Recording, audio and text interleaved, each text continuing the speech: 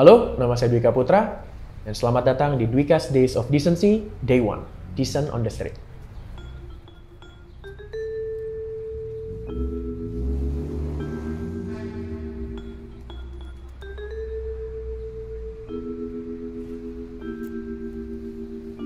Kalau kita bicara tentang jalan raya atau tentang jalanan, sepertinya nggak pernah habis bahan perdebatan, bahan keributan, atau bahan pertikaian mungkin yang berawal dari jalan raya atau jalanan.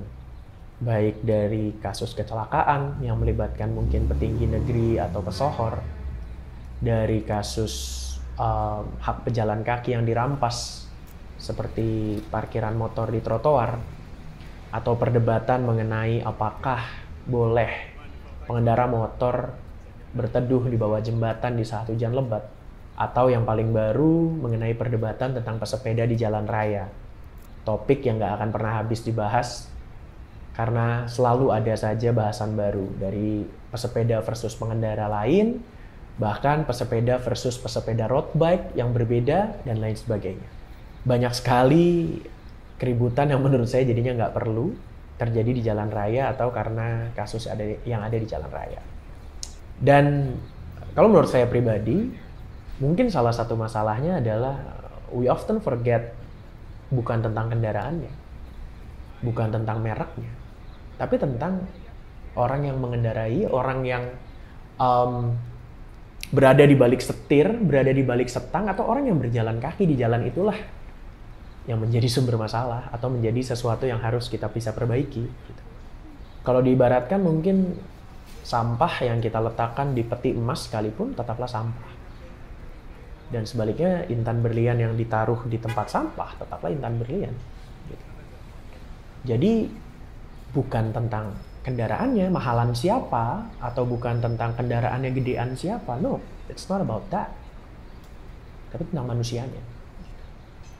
Saya ambil contoh mungkin orang yang menerobos lampu merah di jalan raya jam berapapun, kemungkinan besar akan menjadi orang yang sama yang parkir motornya di trotoar ketika dia bawa motor. Kemungkinan dia juga adalah orang yang sama yang akan bertingkah laku seenaknya ketika dia sedang mengendarai sepedanya di jalan raya. Bahkan mungkin kalau dia pejalan kaki, dia adalah orang yang akan menyeberang di tempat yang tidak semestinya, buang sampah sembarangan, atau malah mungkin menabrak atau mendorong orang-orang lain yang ada di trotoar juga. Gitu. Kita nggak bisa melihat, iyalah, karena gini, ketika kita lagi naik mobil, kita akan merasa orang yang bawa motor mungkin ganggu. Ketika kita naik motor, kita akan ngerasa orang yang naik sepeda atau yang naik motor itu ganggu. Ketika kita lagi jalan kaki, kita akan merasa pesepeda, pemotor, dan pemobil itu ganggu gitu. Dan that happens. Tapi yang harus kita lihat, yang harus kita perhatikan justru adalah orang-orangnya, bukan tentang kendaraannya gitu. Karena saya menemukan jauh lebih banyak pengendara mobil, motor, sepeda, dan pejalan kaki yang benar, baik dan benar dibandingkan mereka yang menjadi sumber masalah gitu. Karena kalau enggak pasti jalanan kita jauh lebih semrawut. Pasti jauh lebih berantakan, jauh lebih banyak keributan di tengah jalan gitu. Tapi ya faktanya lebih banyak yang benar sebenarnya. Tapi kan kita fokusnya ke yang buruk pasti gitu. So that's why episode pertama ini kita bahas tentang Decent on the Street gitu. Saya nggak punya solusi yang 100% berhasil, tapi ini beberapa hal yang mungkin bisa dijadikan bahan pikiran, bahan pertimbangan. Yang pertama, empati. Saya selalu mencoba untuk berpikir ketika saya sedang di jalan, baik saya naik motor, dibonceng ojek, atau saya lagi naik mobil, atau saya bersepeda, saya selalu berusaha berpikir bahwa setiap orang yang ada di jalanan, setiap orang yang ada di jalan raya, yang sedang berkendara, atau berjalan kaki, mereka punya tempat untuk dituju. Kalau enggak, mereka nggak akan ada di jalan. Mereka punya sebuah motivasi yang mengharuskan mereka berpindah dari satu tempat ke tempat lain. Ke tempat kerja, ke tempat meeting mungkin, ketemu pacar, ketemu keluarga, pulang ke rumah, dan lain sebagainya. Itu alasannya mereka ada di jalan. Dan itu alasan kenapa saya ada di jalan. Kalau kita tarik mundur ke sana bahwa semua orang punya tempat yang dituju, everybody has a place to go. Harusnya kita bisa lebih menyamaratakan keadaan kita dengan semua orang. Saya mau sampai rumah, dia juga mau sampai rumah. Orang itu juga mau sampai di kafe, orang itu juga mau sampai di kantor. Dan seharusnya ketika kita berpikir seperti itu, nggak ada alasan buat saya diperlakukan lebih istimewa daripada orang lain. Nggak ada alasan saya berharap diperlakukan lebih istimewa daripada orang lain. Tentunya di beberapa kasus ada pengecualian.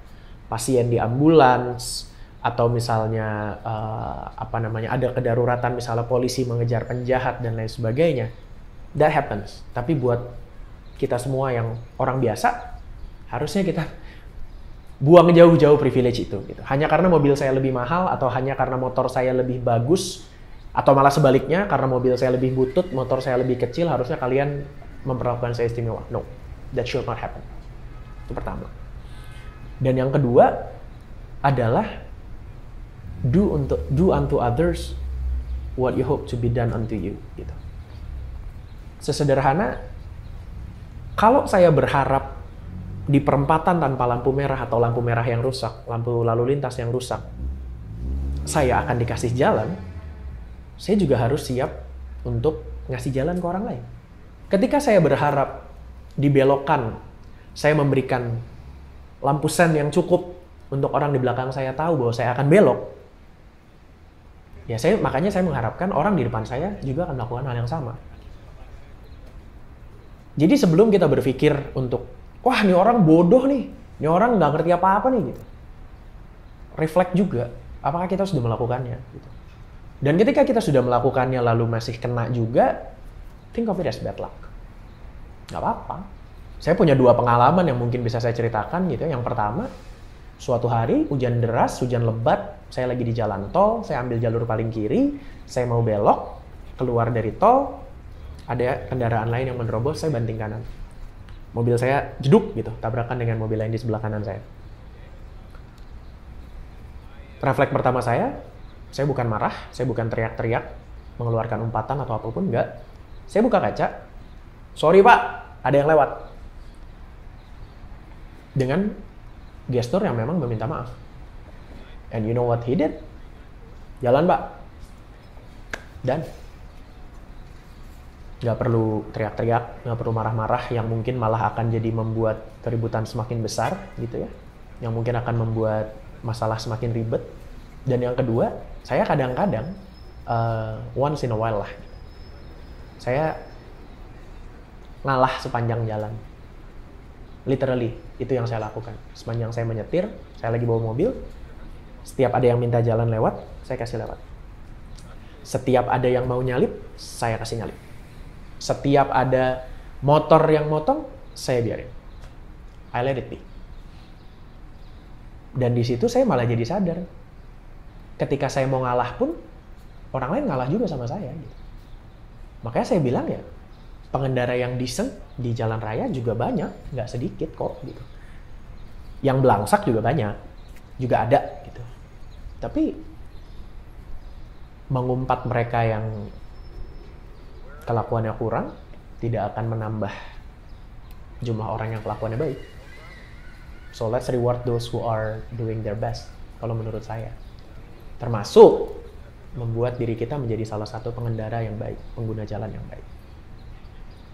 Jadi teman-teman, monolog saya hari ini, saya ingin ngajak kita semua aja sih.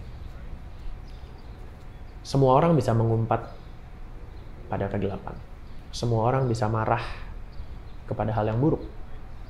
Tapi jangan sampai itu menghalangi usaha kita untuk tetap melakukan hal yang baik. Jangan sampai menghalangi usaha kita untuk tetap menjadi pengendara yang baik, pengguna jalan yang baik. Jangan malah kita jadi salah satu orang yang justru terseret dengan arus dan menjadi pengguna jalan yang buruk. Demikian dari saya. Sampai ketemu di episode selanjutnya di Dwika's Days of Decency.